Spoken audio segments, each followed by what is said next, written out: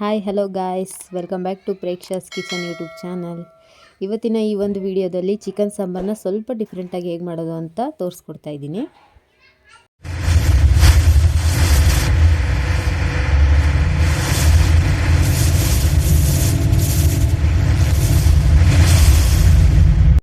ಅರ್ಧ kg ಆಗೋಷ್ಟು chicken ತಗೊಂಡಿದ್ದೀನಿ.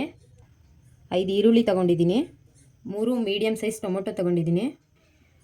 ಒಂದು 8ರಿಂದ 10 ಕಾಳು ಮೆಣಸು, ಒಂದು 8ರಿಂದ 10 ಲವಂಗ, ಹಾಗೆ ಒಂದು 5ರಿಂದ 6 ಚಕ್ಕೆ ತೊಗೊಂಡಿದ್ದೀನಿ. ಒಂದು 10 ಗ್ರಾಮು ಶುಂಠಿ ತೊಗೊಂಡಿದ್ದೀನಿ. ಒಂದು 10 ಗ್ರಾಮು ಬೆಳ್ಳುಳ್ಳಿ ತೊಗೊಂಡಿದ್ದೀನಿ. ಒಂದು ಮೀಡಿಯಮ್ ಸೈಜ್ ತೆಂಗಿನಕಾಯಿನ ಈ ಥರ ಸ್ಲೈಸಾಗಿ ಹೆಚ್ಚಿಟ್ಕೊಂಡಿದ್ದೀನಿ. ಹಾಗೆ ಒಂದು ಸ್ವಲ್ಪ ಕೊತ್ತಂಬರಿ ಸೊಪ್ಪು.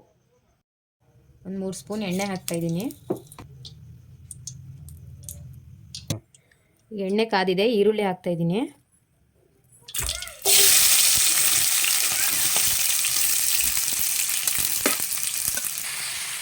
ಈರುಳ್ಳಿ ಒಂದು 2 ನಿಮಿಷ ಗೋಲ್ಡನ್ ಬ್ರೌನ್ ಕಲರ್ ಆಗೋ ತನಕ ಫ್ರೈ ಮಾಡ್ಕೊಳ್ಳೋಣ. ಈರುಳ್ಳಿ ಇವಾಗ ಫ್ರೈ ಆಗಿದೆ. ಟೊಮೊಟೊ ಹಾಕ್ತಾಯಿದ್ದೀನಿ.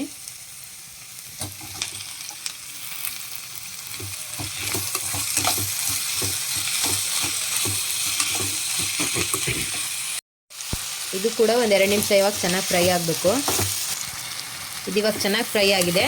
ಇದು ಆರಿದ ಮೇಲೆ ಇದನ್ನು ಮತ್ತೆ ಕೊಬ್ಬರಿ ಮತ್ತು ಕೊತ್ತಂಬರಿನ ಗ್ರೈಂಡ್ ಮಾಡಿ ತೊಗೊಳ್ಳೋಣ. ಇವಾಗ ಒಂದು ಪಾತ್ರೆ ಕಾಯ್ಲಿಕ್ಕಿಟ್ಟು ಅದಕ್ಕೊಂದು 4 ಸ್ಪೂನ್ ಎಣ್ಣೆ ಹಾಕ್ತಾಯಿದ್ದೀನಿ.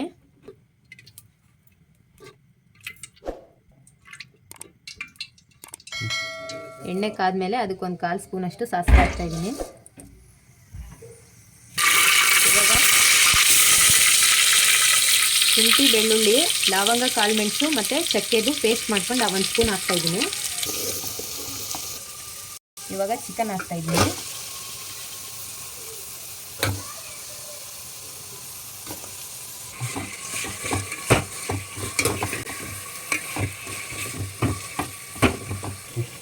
ಇವಾಗ 1 ಸ್ಪೂನ್ ಅರಿಶಿನ ಹಾಕ್ತಾಯಿದ್ದೀನಿ. 1 ಸ್ಪೂನ್ ಉಪ್ಪು ಹಾಕ್ತಾಯಿದ್ದೀನಿ. 5 ನಿಮಿಷ ಹೈ ಫ್ಲೇಮಲ್ಲಿ ಇದನ್ನ ಚೆನ್ನಾಗಿ ಬೇಯಿಸ್ಕೊಂಡಿದ್ದೀನಿ. ಇವಾಗ ಇದಕ್ಕೆ 1-2 ಸ್ಪೂನಷ್ಟು ಖಾರದ ಪುಡಿ ಹಾಕ್ತಾಯಿದ್ದೀನಿ. 1.5 ಸ್ಪೂನು ಧನಿಯಾ ಪುಡಿ ಹಾಕ್ತಾಯಿದ್ದೀನಿ. 1 ಸ್ಪೂನಷ್ಟು ಆಚಿ ಚಿಕನ್ ಮಸಾಲ ಹಾಕ್ತಾಯಿದ್ದೀನಿ. ಇವಾಗ ರುಬ್ಬಿ ಇಟ್ಕೊಂಡಿರೋ ಮಸಾಲೆ ಹಾಕ್ತಾಯಿದ್ದೀನಿ. 1.5 ಚೊಂಬಷ್ಟು ನೀರು ಹಾಕ್ತಾಯಿದ್ದೀನಿ. ಟೇಸ್ಟ್ ನೋಡಿಕೊಂಡು 1 ಸ್ಪೂನಷ್ಟು ಉಪ್ಪು ಹಾಕ್ತಾಯಿದ್ದೀನಿ. ಸಾಂಬಾರು ಇವಾಗ ಒಂದು 10 ನಿಮಿಷ ಚೆನ್ನಾಗಿ ಕುದಿಬೇಕು. ಎಣ್ಣೆ ಅದು ಬಿಡೋವರೆಗೂ ಲೋ ಫ್ಲೇಮಲ್ಲಿ ಕುದಿಸ್ಕೊಳ್ಳೋಣ.